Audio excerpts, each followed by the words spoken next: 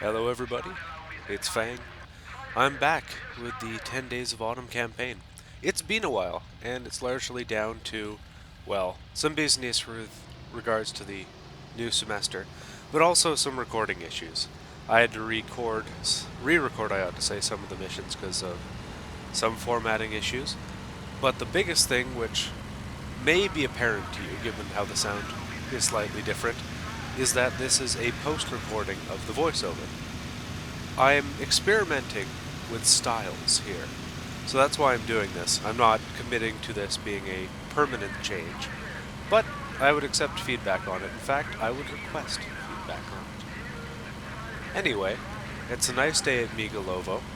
We're taking off with a wingman. We are, as before, call signs Hawk 1 and 2. And the mission today is to fly above part of the 1st Panzer Division, cover it from air attack, and should no aircraft be present, we are clear to engage ground targets. Clear, mind you, not ordered to. So we will proceed to the area. If there are aircraft, we will engage them. If there are not, we'll loiter a bit and shoot up some ground stuff. So, takeoff went perfectly fine. I'm getting pretty happy with the takeoffs in the 109 F2. It's interesting watching the wingman take off. Often he's quite a bit above me, and I think that's down to two things. First, I don't set flaps for takeoff. You could say, Fang, you should set flaps for takeoff. And I go, well, that's not really necessary. So that's one thing, I'm getting a bit less lift. The other thing is I'm more slowly ramping up the throttle.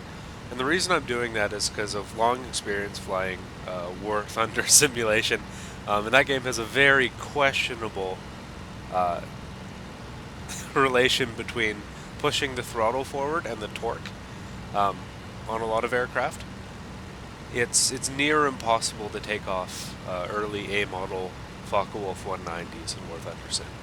It's laughable, and if you've ever done it, you know what I'm talking about. Anyway, on to the mission. It's a nice day. We're passing through some nice puffy clouds. On our way to the target zone. I've cut out parts of the flight because nothing interesting happens. But now we're over the zone. We can see the 1st Panzer Division is engaging Russian ground targets. And Allied fighters nearby have called out air targets. That is a 109 over there, or what I assume is a 109. But he's clearly doing something. He's in a turn. He's kind of slightly looking downwards, pointing downwards, I have to say. That indicates to me he's up to something. So we're gonna see where we... Oh, there's another one on the left. Okay, so that's interesting. And past Fang has obviously at this point spotted something because his nose is down. And he's picking up speed. And you can just make out aircraft crossing the nose. So that would be IL-2s. And despite the fact that there are IL-2s flying low to the ground, they don't appear to be conducting attacks. I think they're exiting the zone from carrying out ground attacks earlier. Now, I didn't end up going after the IL-2s because I spotted fighters above, and I didn't really want to be in a position where they could just slot in on my tail and kill me. So, full throttle, go up after the I-16. We're going to encounter pretty soon one of my problems with the F2. In fact, it might be my only significant problem. So, first burst, hit him. He's got a leak of some sort, probably fuel.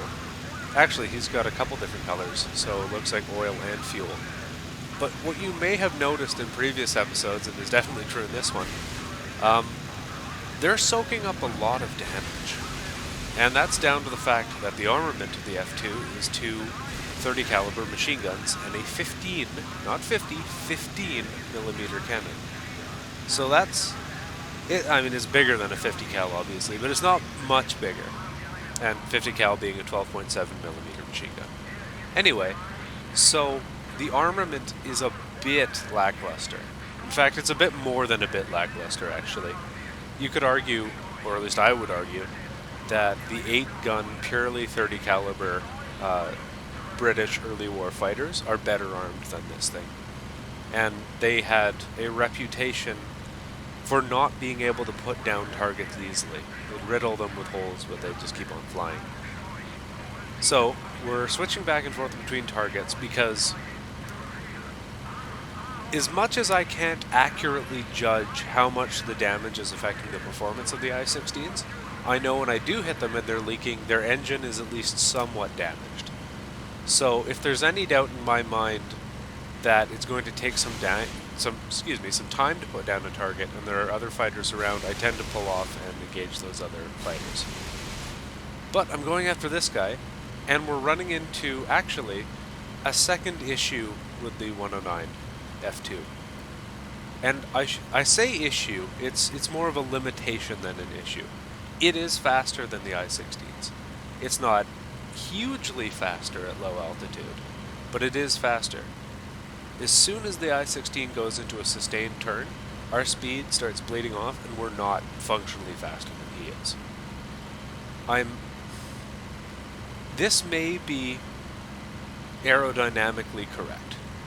I don't know, because it's not something I've experienced to this degree in other flight sims, where you're in what is supposedly a notably faster aircraft with a better, higher performance engine, and you're in a sustained turn behind a guy, and you're not in any way, in danger of him completely outturning you so the guns are off, but you're not catching him. I don't know the extent to which that's true, but that's definitely what's happening here.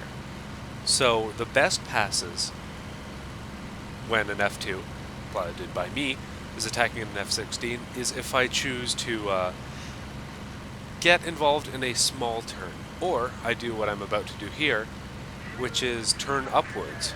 Now you lose a lot of speed going up, and I was aware at this point that I wasn't being tracked by fighters, so I was willing to do this, lose a bunch of speed, go up, become an easy target. But when you come down again, you start picking up speed quite quickly, because gravity, obviously. So that means that, despite the fact that the total time for this intercept on the target is about the same whether I did the upwards turn or not, in this example, I'm going a lot faster when I do catch him. And that gives me more time on his tail, where I'm going slightly faster, i.e. I can close with him for a bit longer. This ends up not being a huge deal, although I do believe I hit him with that burst, because, of course, he's in a sustained left-hand turn, and so my speed is already below 300 kph, and wisely I pull off. It's a weird fight that I'm having with these I-16s, and I went into this campaign fully assuming that I would much rather fight I-16s than MiG-3s, because MiG-3s are, performance-wise, a lot closer to 109s. They're faster. They're actually arguably more maneuverable than an I-16. The I-16 is conditionally maneuverable, shall we say. It's kind of unstable, which is surprising. Well, perhaps not surprising given its wing arrangement, but it's surprising given how much more conventional a design it is than I suppose the new fighters coming out in the early 40s and late 1930s. Anyway, this fight is still going on with a pair of I-16s I've been shooting at, and I believe that was on target too, although don't quote me on this. Some of that surely was. But again, there's not really... Yeah, there we go, there's another good hit. Looked like it hit near the tail. But despite the fact that these 15mm cannon rounds are hitting the target, they're not doing a lot of damage. And again, that's kind of a problem. Because if you're in a faster fighter, and you can be outmaneuvered, which we can be, at least when he's in a sustained turn, our speed drops so that we cannot effectively stay behind him. What you really need to be able to do is put the target down when you get the guns on, because you're probably only going to have the guns on for a short amount of time. You'll either overshoot him, or you'll be in a position where you either pull off or you're in a bad turning fight.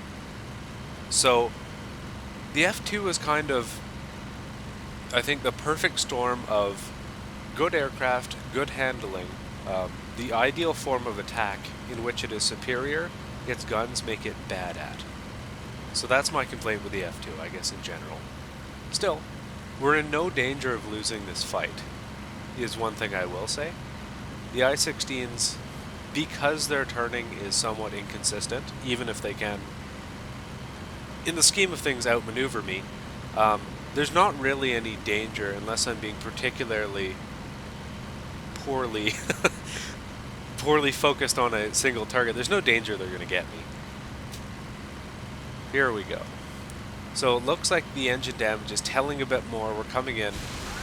And we finally actually get him. Very nice. So that's what's supposed to happen. That's what I would expect to happen the first time I make a run at a target. Assuming I hit, of course. And, this goes back to the days of, I guess, the first One Life series and the Focke-Wulf 198.5. And its ease with which it blows things out of the sky, even if it is, handling-wise, somewhat questionable. Anyway, we're now on the landing approach. And this may be the landing approach that I did the most responsibly. I have a tendency to make short final turns, and then bleed speed either through side slipping or aggressive turns. But this one I thought, wow, I know where the field is. I'll just do a long run up. I'll try to be a responsible virtual pilot.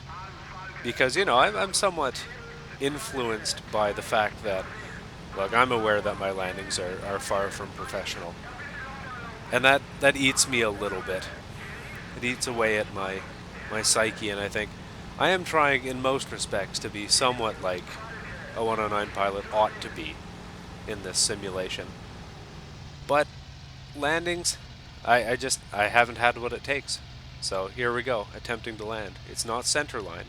The reason it's not centerline is I wanted visibility out the right window to ensure I knew where I was.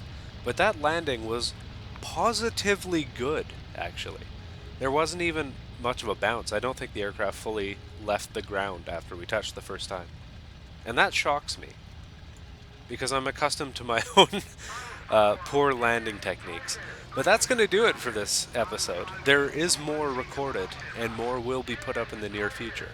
I hope you enjoyed, and we won't get a splash screen, but that's one kill back to base. And I will see you in the next episode.